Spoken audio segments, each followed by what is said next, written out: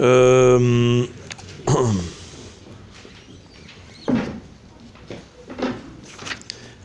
pour quel brachot on s'interrompt et pour lesquels on ne s'interrompt pas quand on est dans le schéma, entre les paragraphes, entre les prakim, entre les différentes brachot du schéma. D'accord? Alors, hier on a déjà vu que on s'interrompait. S'il y a une kedusha, est-ce qu'on s'interrompt ou pas? Qu'est-ce qu'on a dit? Oui? Il a fait. On répond que les psukim, kadosh, kadosh, kadosh, et baruch kevodashem mekomo. On ne répond pas ce qui est marqué en Hans, Naïdishar venaritzar, et ni le pasuk de Imlor. Ok?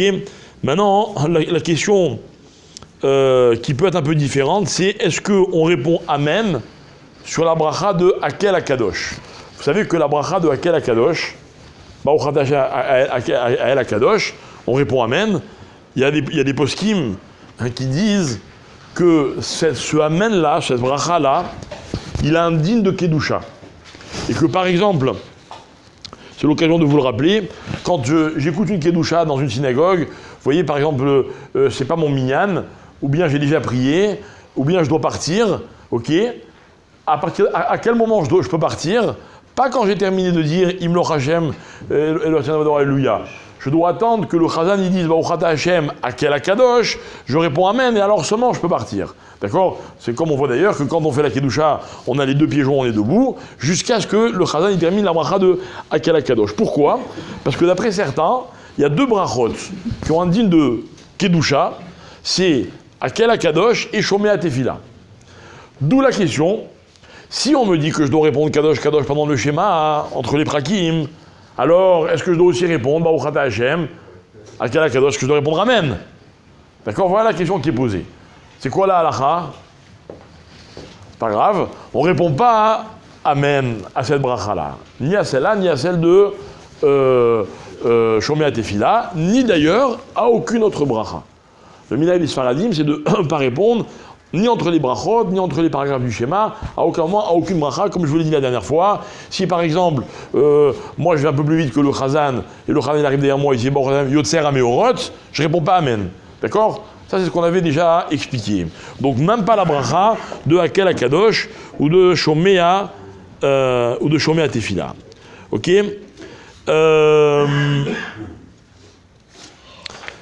Alors, les Kadishim, qu'est-ce qu'on a dit? On ne répond que Amen aux 5 premiers, on fait que les 5 premiers Amen. D'accord? Dès qu'on arrive à Yeshelama Rabba, ou Titkabal, ou à l'Israël ou quoi, la fin, on ne répond pas pendant le schéma. Maintenant, on a ramené cette halakha, mais on n'a pas vraiment dit explicitement. Si je suis au milieu du schéma, entre les prakim, au milieu des brachot, et que tout d'un coup, il y a un tonnerre, ou un éclair, ou un arc-en-ciel, sur lesquels on fait une bracha. Donc il y a les conditions requises pour faire la bracha. Ok? Est-ce qu'au milieu du schéma, entre deux paragraphes, je dis la bracha ou pas? Hein? On avait dit oui. Qu'est-ce qu'on avait dit, non? Non, on avait dit agave. On avait dit que si c'est pas pour ceux qui étaient là que je répète, parce qu'eux ils savent, c'est pour ceux qui n'étaient pas là. On avait dit que si quelqu'un il commence la bracha, ok? Il commence la bracha, Baruch Ata Hashem, parce qu'il a entendu un tonnerre, et d'un coup il se rend compte que c'était pas un tonnerre. Pas un tonnerre, c'est quelqu'un qui vient d'arriver en retard à la synagogue, il a fait un peu de bruit, etc. Ok? Il a commencé, il dit Baruch Ata Hashem Mecha Olam, il se rappelle que, enfin il réalise que c'est pas une bonne bracha. Normalement, qu'est-ce qu'il doit faire? Baruch Shem Kevod. Ok, alors on avait demandé, est-ce que pendant le schéma il dit Baruch Shem Kevod? On avait dit comme ça, si il répond, il dit Baruch Shem Kevod, il a fait Bracha Levatala. Alors quoi, il rajoute une avéra sur une avéra? Non, il a fait Bracha Levatala. Ensuite, il l'a fait pendant le schéma, où on a le droit de s'interrompre que pour une bracha spécifique. D'accord? Alors tu as dit Baruch Shem Kevod. Ou alors on a dit, et pourquoi il dirait pas? Pourquoi il dirait pas? Parce que d'un côté, alors je répète, d'un côté, il devrait oui dire parce qu'il a fait bracha, levatala, pour ne pas dire Shem Hashem, pour rien. D'un autre côté, c'est une interruption supplémentaire. Ok? Alors on avait dit, d'après le Rav Yitzhak Yosef, qu'il ne le dit pas. Pourquoi? Parce que maximum, il a fait ce qu'on appelle un shvar. Il a dit Baruch Ata Hashem. Maintenant, on n'a pas le droit de dire Baruch Ata Hashem. Ok? Mais celui qui l'a dit sans faire exprès, alors il dit Baruch Shem Kevod pour montrer que c'était une erreur. Mais comme dans le schéma, il vaut mieux ne pas dire Baruch Shem Kevod pour ne pas s'interrompre, alors on considère que ce qu'il a dit, c'est un shvar pour Hashem. Ok, il n'aurait pas dû le faire, mais puisqu'il a fait, on laisse comme ça. D'accord? Mais la halakha, c'est que si j'entends un éclair, un tonnerre, ou j'aperçois un éclair, ou par exemple un arc-en-ciel, je fais la bracha. Pourquoi? Parce que ça s'appelle mitzvah overet. Si je ne le fais pas maintenant, je ne pourrais pas le faire après. Mitzvah overet, pendant le Kriyat Shema, pour une bracha, on peut s'interrompre. Famt. Entre les versets ou entre les paragraphes. Il y en a même qui disent que dans ces cas-là, il faut s'interrompre au milieu du passouk. Mais bon, n'exagérons rien. Hein? De rien dure pas longtemps. Ouais, c'est ce que je dis. Alors, autre question, est-ce qu'on s'interrompt pour Yud Gimel Midot? Je suis en train de faire mon schéma, je suis entre deux paragraphes, et le Chazan qui arrive et qui dit Yud Gimel Midot, va y avoir. Je réponds pas. D'un côté, certains veulent dire que c'est d'avoir chez Mikdoucha. Pourquoi? Parce qu'on le dit que si on est 10. D'un autre côté, ça n'a pas un digne de Kedusha. On ne dit pas. Ok?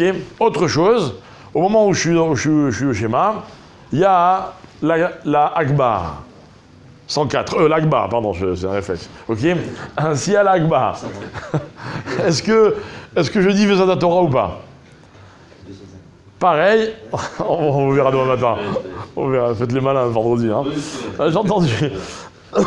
Donc on ne dit pas Vezat Aberacha. Par contre, on doit regarder le Sefer Torah et on doit être Meharer, on doit penser au passouk de Vezat Torah à Moshe ben Israël. D'accord? Ça va mieux. Hein? Non, il y a un tarif au-delà duquel on peut, même au milieu du Kriyat Shema, même au milieu de la Mida, on peut. Non, la question c'est si le rabbin il fait la Mida à ce moment-là et qu'il y en a un qui monte à très haut, est-ce qu'il peut s'arrêter pour l'embrasser? Ok. C'est marrant, il y a des sujets qui me rêvaient plus que d'autres. Hein. Alors, on va s'arrêter là. Cet après-midi, l'allumage est à 17h53. Non, pardon, 16h39. 16h39, ok. Vous dites n'importe quoi. Soi-disant, vous me reprenez, vous faites encore pire que moi. 16h39, l'allumage, et 17h mincha, si Dieu veut.